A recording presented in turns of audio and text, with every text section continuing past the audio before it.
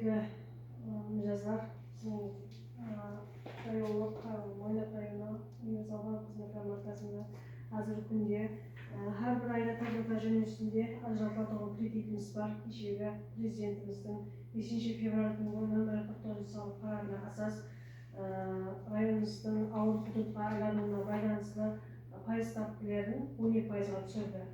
Әрбір ай дәстүр бойынша, ол жөнеліс бойынша 50 миллион сомға дейінгі кредиттеріміз бұл өткізу жолымен әмелге асады.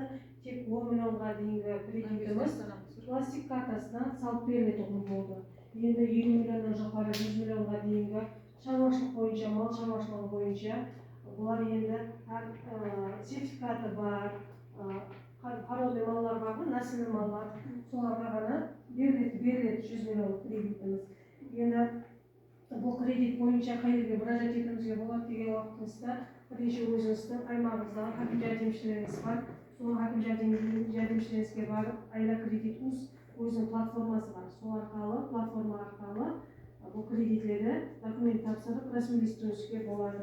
Енді бұл бұрын қазір 17-5 болса, енді біздер ауыл құдыққа кіргеніміз Бозатау, Мойнақ, Шаманай, Қалдыкөл. 4 район кіргендігі себеплі біздерді қазір 12%-ға түсірді бұл кредит бойынша.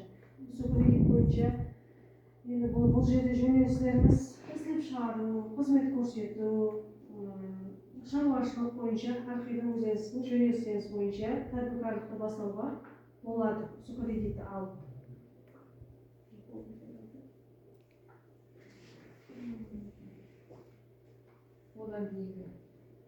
Одан кейінгі кредитіміз бар. Камбағалықтан Қарабайдың сәрі деген кредитіміз бар. Бұл кредитіміз